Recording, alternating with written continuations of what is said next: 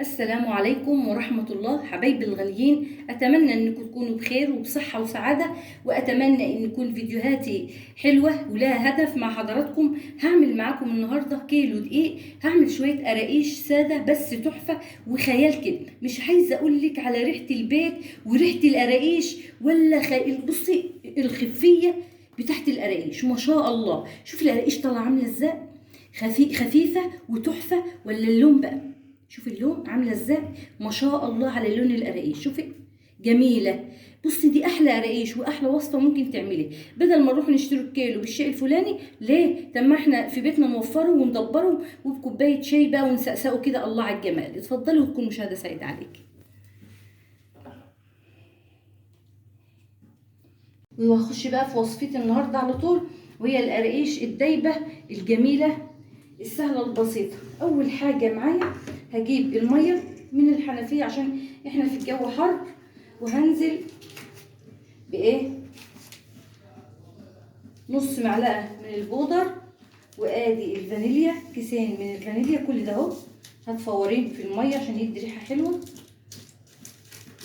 ودهي ازازه من روح الموز جميله برضو بتدي ريحه حلوه قوي للقراقيش اهي. ومعايا معلقه صغيره من الخميره، مش كبيره قوي، الجو حر وما تكتريش الخميره عشان العجينه ما تفشش ايه منك اهي. كل ده اهو هتسيبيه بقى يدوب على ما ايه ابس السمنه. وهنا اهو معلقتين من السكر، كمان هتحط ايه معلقه من اللبن البودره، وده هي ذره ملح صغيره خالص مش كتير يعني، ومعلقه من لبن الايه البودر. كده خلاص انا خلصت ما شاء الله المقادير كلها اهي.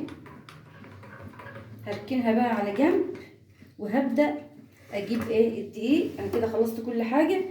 معايا كيلو من الدقيق الفينو اللي هو الزيرو متعدد الاغراض، سايب والله من المحل، ومعلقتين سمسم اهو. تقلبي بس كده. كل كيلو فينو عليه كوبايتين من السمنه.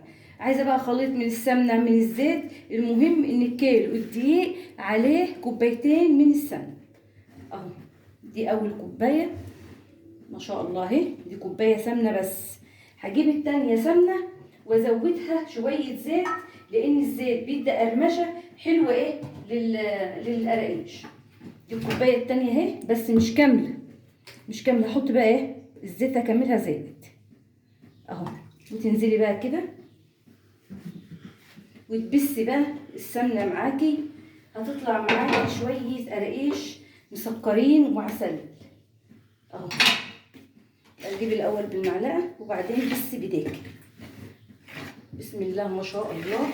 اللهم صل وسلم وبارك على محمد وعلى اله واصحابه وسلم اجمعين. خلاص كده هتقلبي بقى اهو. بس بقى بدايه كده عشان ايه تتوهي الدقيق في السمنه.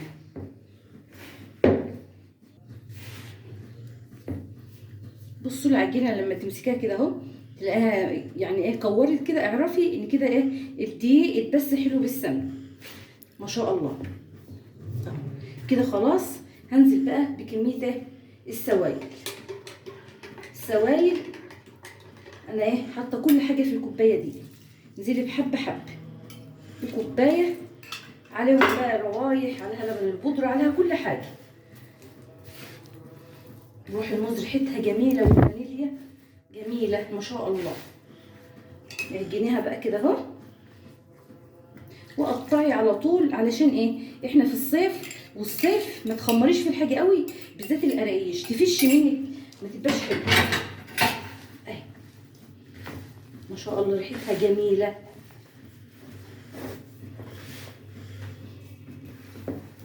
لمي بقى كده اهو. دي بقى لزوم السقساء، كوبايه شاي، كوبايه نسكافيه، عسل، حبه ميه كمان. هي ايه هتاخد كوبايه ونص من الميه. انا حطيت كوبايه وده اهي كوبايه ايه ونص التانيه. لازم العجينه تلم معاكي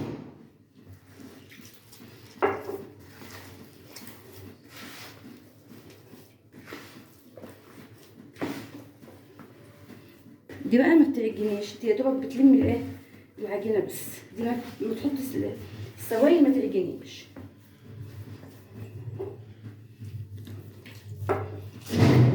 كده ما شاء الله لمت وبقت جميله اهي.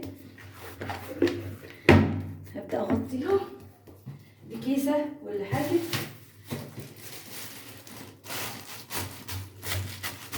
وابدا اقطع على طول.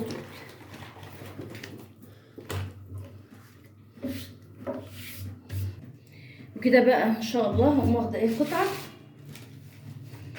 اهي، تقومي ايه لمها بايديكي كده اهو، وبين ايديكي تسخنيها بين ايديكي كده، تعمليها بس كده. اهم حاجه تلفي العجينه تبرميها حلو. بسم الله ما شاء الله.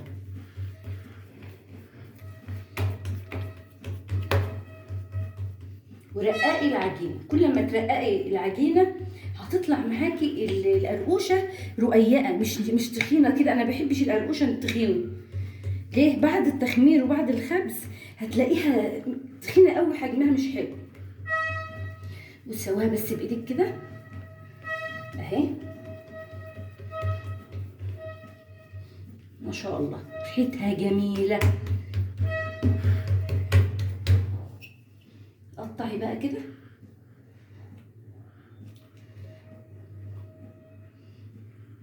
وافصلي معايا اهو، ولا مدهون ولا اي حاجه. وهتقومي ايه نازله بالقراقيش كده اللي انت تقطعيها تنزلي بيه. فطار بقى عشاء بتنفع في كل الحالات. بعد العصر كده بقى ايه خلصتي شغلك وقاعده زهقانه، هتقومي جايبه قرقوشتين مع شويه شاي مع كوبايه نسكافيه. خلاص انت هتعوزي ايه بقى اكتر من كده؟ الجمال والحلاوه دي كلها. بسم الله ما شاء الله. شويه قراقيش، واهم حاجه الطياب او السوى. ليه بقى؟ اذا سويتي القراقيش على النار هاديه هتطلع معاكي قلبها زي بره زي جوه، انما ما تعليش النار وتطلعي تسوقيها بقى، لا، هبطي النار على درجه اقل حراره عندك في الفرن. ليه؟ عشان القرقوشه تاخد سوا من بره زي جوه. ما شاء الله. عسل عسل عسل اهي. انا ما بطخنهاش، شوفي اهي عسل كده. ليه بقى؟ انا مش مطخنه، الحجم معايا جميله وزي العسل كده، وما تطخنهاش عشان تطلع مستويه من بره زي جوه. هاخد كمان قطعه وايه اهي، وغطي بقى كده عشان وشها ما ينشفش. برضه تبرمي القرقوشه حلو. اهم حاجه برمه القرقوشه. العجينه معايا شوفي، بصي لا بتشقق ولا ناشفه ولا شوفي زي السكينه في الحلاوه اهي.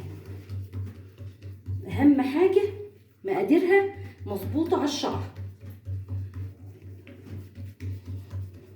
ان شاء الله خلاص قرب العيد الكبير، تعملوا بقى شويه، عايزين تعملوا كحك، عايزين تعملوا منين، عايزين تعملوا قراقيش بالعجوه.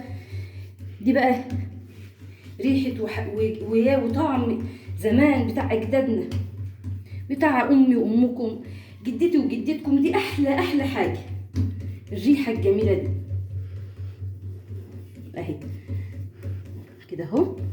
انا ما بتخنهاش خالص. شوفي السمك رقيق خالص اهي كده اهو.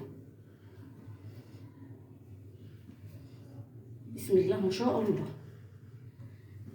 انا بحبها رقيقه عشان في السوا تطلع معايا حلو اهي. ما تطخنهاش ولا تعرضيها. تظبطي كده الصاجي اهو. انا عملت معاكم اهو تخينه برده شويه. شوفي بقوم جايه بس كده ومرققاها شويه وانا واقفه على الرخامه، مش بقعد وانا واقفه بقطعهم في ثانيه كده اهي. ليه؟ مش مستاهله القعده. ده هي سهله خالص. هخلص بقى الكميه كلها. بصي هرص بس معاكي كده اهو كده اهو، وتشوفي ان انا ايه خلصت. وهبدا قبل ما ادخل الفرن على درجه حراره، انا عندي الفرن بتاعي عالي، بوطي النار على درجه حراره 140 وبدخل نار بطيئه خالص من تحت تاخد سوا. ابدا اولع الشوايه من فوق على نار هاديه خالص. ليه بقى؟ عشان تستوي وتاخد سواها كامل. اهي شوفي بقى شوفي عسل، شوفي كميه القراقيش الجميله دي ولا ريحتها التحفه. هخلص الصاج بوريكم. كده قطعت اهوت الصاج ده والصاج ده والصاج كمان بره، وفاضل الحته ديت ما شاء الله اهي. حطيت شويه سمسم بس على الوش كده صغيرين عشان ايه محمصين مش بيض. السمسم ما تحطوش ابيض، ما تحمصيه من غير سمنه ولا اي حاجه، بيطلع ليه طعم وريحه في المعجنات بالذات. وتفردي كده ما شاء الله، وتقطعي بقى كده احلى قراقيش، احلى شويه قراقيش ممكن تاكليهم. شوف انا مقربه الكاميرا عشان ايه تشوفي التفاصيل وتشوفي القراقيش شكلها عامله ازاي. ويا سلام بقى لو انت معايا وتشمي الريحه، ريحه تحفه اهي. وعايزاكي بقى في الاخر تقوم مسويه الايه الحجم عشان ايه ما تطلعش واحده طويله عن واحده. وانا مولعه الفرن بسخنه عشان ايه ادخل المخبوزات القراقيش يعني. شوفي اهي كده اهو كلها ايه مقاس واحده ما شاء الله. مفيش حاجه اسمها طويله عن حاجه، كلها قد بعضها ما شاء الله. هتبداي بقى ترصيها برضو في الصينيه كده اهو، صينيه المخبوزات كده، وتنزلي بيها كده. بصي بتطلع بقى مش عايزه اقول لك على الحلاوه والجمال بتاع شويه القراقيش كده. خلاص خلصت الوصفه بتاعتي، يا دوبك بس هدخلها الفرن وعلى نار هاديه، مش عايزه نار عاليه عشان المخبوزات القراقيش دي تطلع متلدنه السوا بره زي جوه اهو. شوفي ما شاء الله عسل عسل عسل. هدخلها بقى الفرن وبعد ما تطلع هوريكي شكلها. كده اكون خلصت وصفتي النهارده، وصفه القراقيش الجميله التحفه. اللون تشوفوا عاملين ازاي، والقراقيش طعمها خيال. بصوا ما تنسيش بقى تعملي لايك واشتراك وتفعلي زر الجرس عشان يوصلك كل جديد. ومع الف سلامه ومع فيديو تاني.